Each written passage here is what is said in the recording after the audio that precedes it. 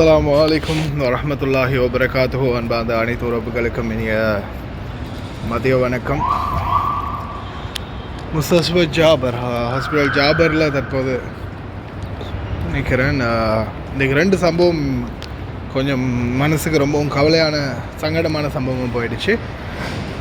அதில் ஒன்று பார்த்திங்கன்னா, குறிப்பாக என்னுடைய பாபா காலையில் நான் நியூஸ் போட்டு முடித்ததோட நியூஸ் போட்டு முடிச்சிட்டேன்,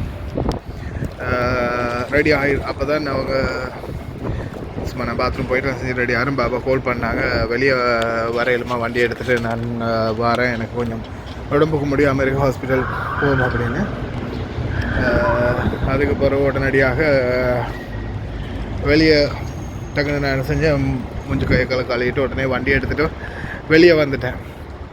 வெளியே வண்டியை ஸ்டார்ட் பண்ண வந்தார். கொஞ்சம் இதாக தான் அசதியாக தான் இருந்தார். ஹாஸ்பிட்டலுக்கு கொண்டாந்ததுமே ஒரு 15-20 நிமிஷம் போகும்போது ஹாஸ்பிட்டலில் அவரே கால் பண்ணார், ஹாஸ்பிட்டலில் அட்மிட் பண்ணுறாங்களாம். அப்போது நீ வேறு தூங்கியிருக்க மாட்டேன், சரி நீ வீட்டுக்கு போங்க, அப்புறமா பார்ப்போம் என்ன ஏதுன்னு பார்ப்போம். அப்போ நான் அவருடைய பையனுக்கும் கால் பண்ணி சேர்த்து சொல்லிட்டு வீட்டுக்கு வந்துட்டேன். வீட்டுக்கு வந்துட்டு அதுக்கப்புறமா ஒரு அரை ஹவர் இருக்கும், அரை ஹவர் அல்லது ஒரு ஹவர் இருக்கும். நான் நினைக்கிறேன் வண்டியில் உட்காந்து தான் இந்த வீடியோ போட்டேன். நான் உங்களுக்கு தமிழ் வீடியோ இதுக்கு முன்னாடி அந்த ப்ரெஸ் ஒருத்தர் இறந்தது அந்த சம்மந்தமான வீடியோலாம் போட்டிருந்தேன் இல்லையா, அந்த வீடியோ நான் உங்களோட வீடியோ தமிழ் வீடியோ போட்டுட்டு சிங்கள வீடியோ ரெக்கார்ட் பண்ணிகிட்டு இருக்கும்போது தான் பாபா கால் பண்ணது, இப்படி அட்மிட் பண்ண சொல்லிட்டாங்கன்னு. அப்போது அந்த விஷயம் நான் அந்த வீடியோவில் சிங்கள வீடியோவில் மென்ஷன் பண்ணியிருந்தேன், பாபா இப்படி ஹாஸ்பிட்டலில் இருக்கிறாருன்னு. தமிழ் வீடியோவில் மென்ஷன் பண்ணலை.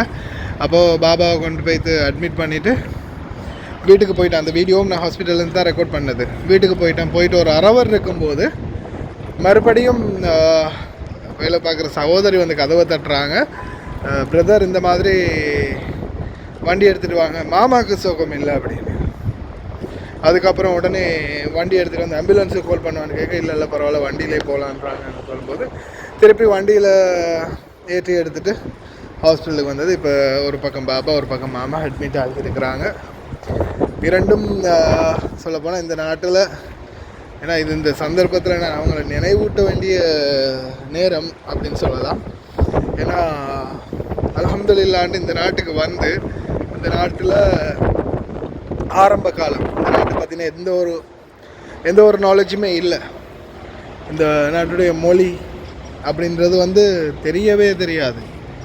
அப்படி இருக்கக்குள்ள கூட எல்லாத்தையும் A to Z எல்லா மொழியிலேருந்து இந்த நாட்டுடைய ரோட்டில் இருந்து எல்லாத்தையுமே அறிமுகப்படுத்தி, அதுக்கு பிறகு நான் பல விடயங்களை தெரிஞ்சுக்கொண்டு உங்களுக்கு நான் அந்த விடயங்களை திருப்பி உங்களுக்கு சொல்லிக் கொடுக்குறதுக்கு ஆரம்பித்த காலத்திலேருந்து அந்த விடயங்களில் எனக்கு என்னென்ன தேவைகள் இருந்துச்சோ, என்னென்ன பிரச்சனைகள் வந்துச்சோ, நான் எதிர்கொண்ட பல பிரச்சனைகளை எனக்காக பேசி கதைச்சி எனக்காக அவங்களும் சேர்ந்து போராடி என்னுடைய பிரச்சனைகளுக்கு, அதே போல் இன்றைக்கும் இந்த கோர்ட்டு கேஸு வழக்கு அது இதுன்னு 1000 பிரச்சனை வந்தாலும் எல்லா பிரச்சனையிலையுமே இன்றைக்கி நான் உள்ளிருக்க வேண்டியவன். என்கிட்ட 3 கேஸு இந்த நாட்டுடைய தகவல்களை நான் வெளியிட்டிருக்கிறேன் அப்படின்ற குற்றத்தை எனக்கு எதிராக போட்டாங்க குவைத்திகள். அந்த கேஸில் எனக்கு ட்ராவல் பேண்ட். அப்போ இந்த நாட்டை விட்டு வெளியேற முடியாமல் பாஸ்போர்ட்டை ப்ளாக் பண்ணிட்டாங்க. என்னை கட்டாயம் ஜெயிலில் போடணும் அப்படின்றது தான் ரூல்ஸ். அப்படி இருந்தும் கஷேஷ்டனுடைய உயர் நீதிமன்ற நீதிபதிகள் ஒருவராக இருந்ததால் இங்கே எல்லா கேஸையுமே அலசி ஆராய்ஞ்சு பேசி கதைச்சி அப்படி உள்ள வைக்க ரூல்ஸ் இல்லை. என்ன காரணம்னா, அவருக்கு எதிராக உங்கள்ட்ட எவிடன்ஸ் இல்லை. அவர் பப்ளிஷ் பண்ணது இந்த நாட்டில் பல சோஷியல் மீடியாக்களில் பல இதுகளில் அமாலமன்ஸ்லேயும் பப்ளிஷ் பண்ண ஒரு ஆர்டிக்கல், அவ்வளவுதான். ஆர்டிக்கல் அவர் பப்ளிஷ் பண்ணியிருக்காரு, நான் பப்ளிஷ் பண்ணியிருக்கிறேன். அவன் பப்ளிஷ் பண்ணதில் எதுவும் தவறு இல்லை. அதே மாதிரி எனக்கு எதிராக குவைத்துடைய சைபர் கிரைம் டிபார்ட்மெண்ட் எனக்கு எதிராக கேஸ் ஃபைல் பண்ணலை. நான்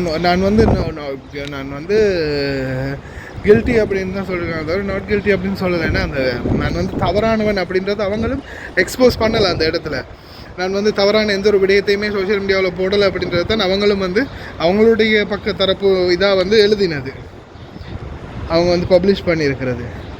அந்த வகையில் எனக்கு எதிராக எந்த ஒரு சரியான ஆதாரமற்ற ஆதாரமும் இல்லை, குற்றமானவன் அப்படின்றதுக்கான எந்த ஆதாரமும் இல்லை அப்படின்றத ஃபோர்ஸ் பண்ணி வாதாடி இன்றைக்கும் வெளியில் நடமாட வச்சது என்னுடைய பாபா. இன்ஷா அல்லாஹ் அவருக்கும் நீண்ட ஆயுளை கொடுக்கணும். என்னுடைய மாமாவும் அதே மாதிரி தான். எல்லா விடயங்கள்லையுமே ஃபைனான்ஷியல் விடயம் முதல் கொண்டு சப்போர்ட் பண்ணி இன்றைக்கும் என்னை நிலைநிறுத்தி வச்சுக்கிறது என்னுடைய மாமாவும் பாபாவும் நான் சொல்லணும். அல்லாஹ் வந்து 2ஆவதா 3ஆவதா இன்ஷா அல்லாஹ் விரைவில் குணமடைய நானும் பிரார்த்தனை பண்ணுறேன். இந்த நேரத்தில் என்னுடைய ஆதரவாளர்கள், என்னுடைய பார்வையாளர்கள் ஆகிய உங்களிடம் கேட்டுக்கொள்கிறது என்னுடைய பாபா அம்மாக்காக ப்ரே பண்ணுங்கள். இன்ஷா அல்லாஹ் விரைவில் அவங்களும் குணமடைந்து வரணும் அப்படின்னு துவா செய்வோம். இன்றைக்கி நான் ஒரு யூடியூபராக, இன்றைக்கி ஒரு இந்த சமூகத்தில் உங்களுக்கு என்னையே தெரியும் அப்படின்னா அதுக்கு காரணம் நான் இந்த யூடியூப் செய்கிறது. இந்த யூடியூப்பில் இவ்வளோ பிரச்சனைகள் வந்து அதை ஃபேஸ் பண்ணி என்னை இன்னைக்கு வரைக்கும் என்னுடைய எல்லா விடயத்துலையுமே எனக்காக துணை நின்று என்னை வழி நடத்திட்டு போகிறது அவங்க தான். அவங்களுடைய முயற்சி தான் நான் இன்றைக்கு இந்த இடத்துல நிற்கிறேன் அப்படின்றது. என்னுடைய முயற்சி தான், என்னுடைய செயல்பாடு தான். ஆனாலும் அவங்களுடைய உதவி, ஊண்டுகோல் உதவி மட்டும் இல்லைன்னா இன்றைக்கி நான் இந்த இடத்துல இல்லை அப்படின்னு தான் சொல்லணும். நன்றி ஒரு காலம் மறக்கக்கூடாது இல்லையா? இன்ஷா அல்லாஹ் விரைவில் குணமடையணும், எங்களுடைய ஆயுளையும் எடுத்து அவங்க இன்னும் வாழணும் அப்படின்னு நான் துவா செய்கிறேன். அஸ்ஸலாமு அலைக்கும்.